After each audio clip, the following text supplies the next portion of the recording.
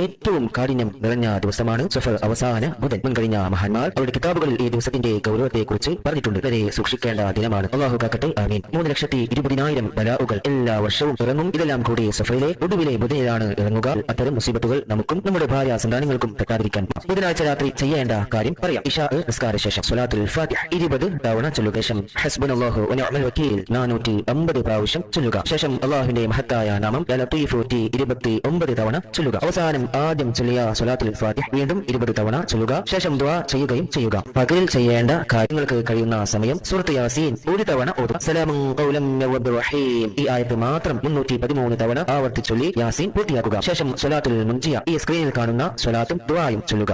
ദുആ പറയാം. അല്ലാഹുമ്മ സ്രിഫ് അന്നാ ശർറഹു ഇന്നക അലാ കുല്ലി ഷൈഇൻ ഖദീർ വസല്ലല്ലാഹു തആല അലാ സയ്യിദിനാ മുഹമ്മദിൻ വഅലാ ആലിഹി വസഹ്ബിഹി വസല്ലം. ഈ ഒരു സ്വലാത്തും ശേഷമുള്ള ദുആയും ഫസ്റ്റ് കമന്റ് ബോക്സിൽ പിൻ ചെയ്തു താഴെ പറയുന്ന സൂറത്തുകൾ ഓതിയാൽ അവന് ഐശ്വര്യം വന്ന് ആത്മാർത്ഥമായി ചെയ്യുക. അല്ലാഹു സുബ്ഹാനഹു വ തആല തൗഫീഖ് നൽകട്ടെ. ഒരു വർഷത്തിലെ ഏറ്റവും കാഠിന്യം നിറഞ്ഞ ദിവസമാണ്